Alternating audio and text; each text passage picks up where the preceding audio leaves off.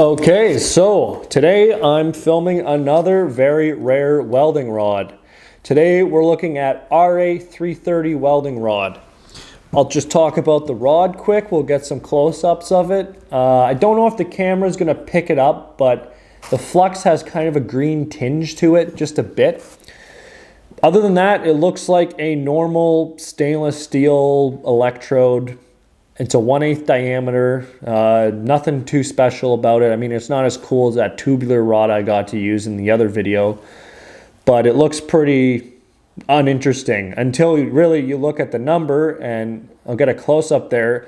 RA330-04-15. Now what the RA330 stands for is Rolled Alloy 330. Rolled Alloy is the brand name that makes this material and this rod. And then 330 is the grade of their material. So they have their 330. This is a nickel alloy rod. Then we have -04. That's some sort of grade system for them. I don't know what that means. And then there's the -15. I'm just going to guess that the -15 means it's an all-position rod, including downhand, because from what I've seen on other rods, -17 means flat and horizontal, -16 means all-position, and then -15 means all-position, including downhand.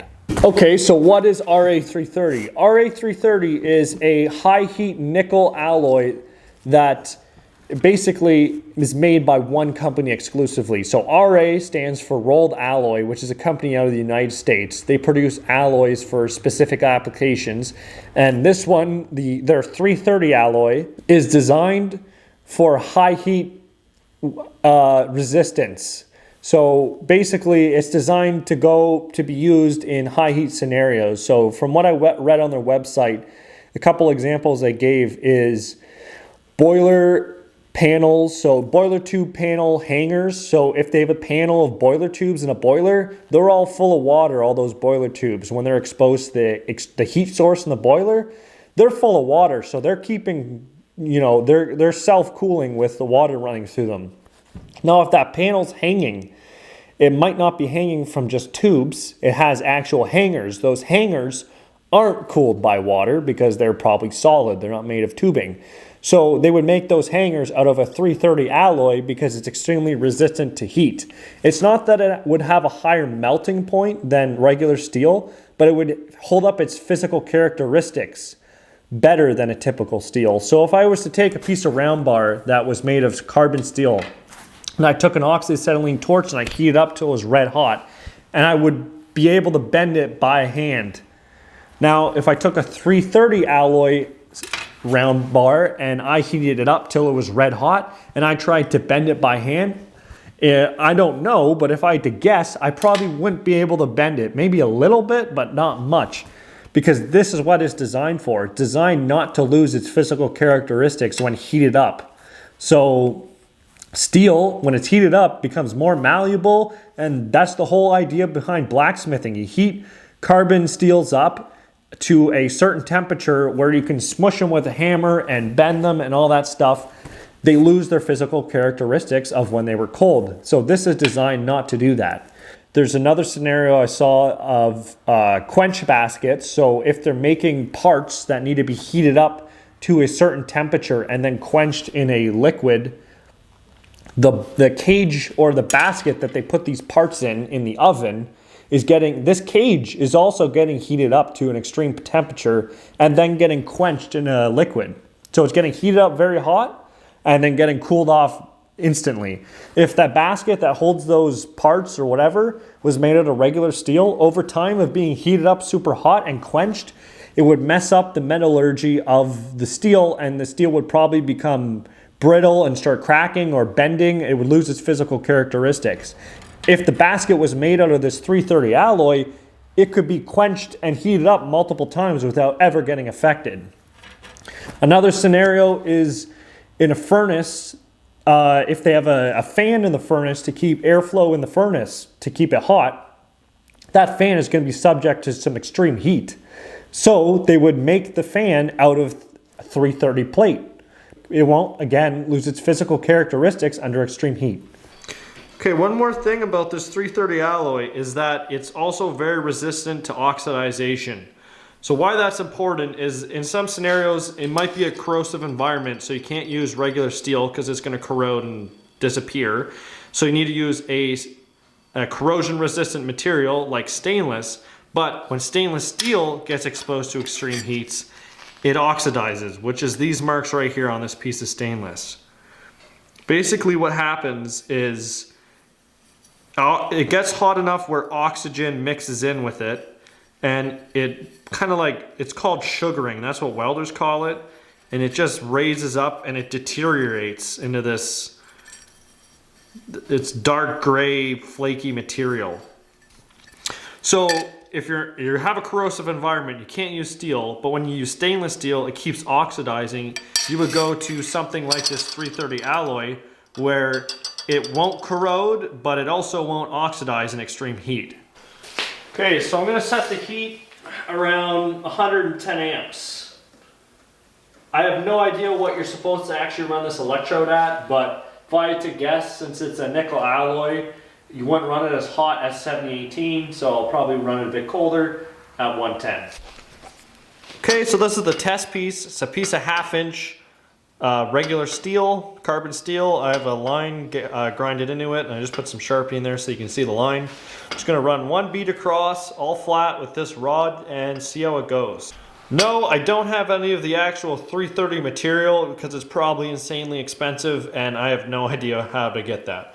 But as I explained in another video, anything that's basically not titanium or aluminum will weld on regular steel. So all nickel and stainless alloys will weld on regular steel. Okay, so I'm wearing a respirator. Anytime I weld, I try to wear one, and especially when I'm welding weird nickel alloys, probably a really good idea to wear a respirator.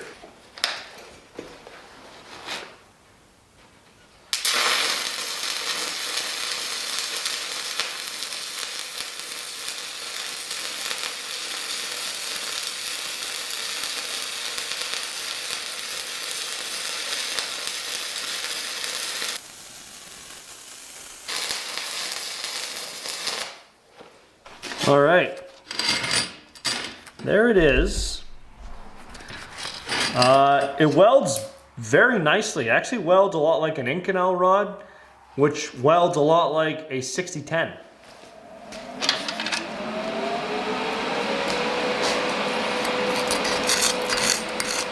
Don't even need a chip and hammer.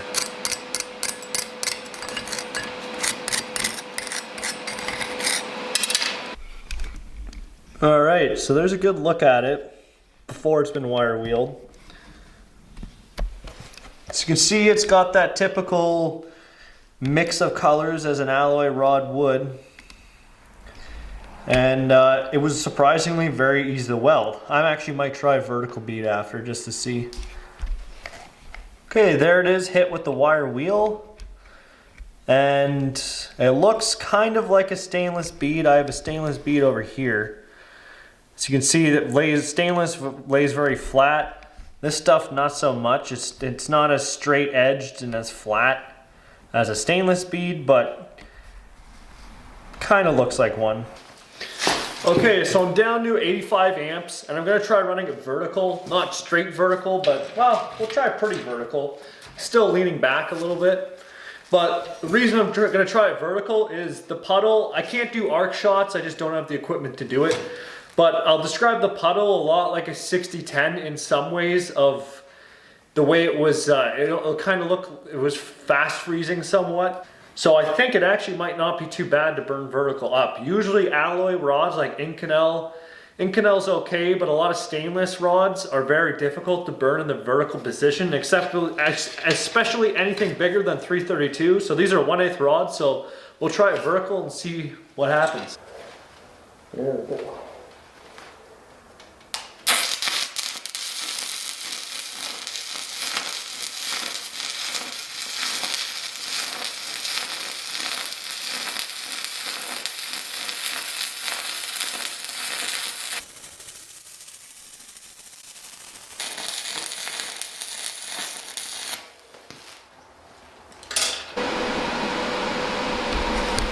I'm very impressed with this rod. It's actually very easy to weld with for an alloy rod again. Usually when you're welding stainless steel stick vertical up on especially a flat surface like this, you usually want to use a 332 because it's very liquidy. This rod kind of pops. It's almost like a slow pulse the way it welds, so I was actually able to lay a vertical bead with it without having any major issues. So if you take a close look, you can see the first half. This was the first one I did. It went okay, but not great. And then once I got more comfortable, I did this one here. And the first half of the bead looks actually pretty decent for a vertical up alloy rod.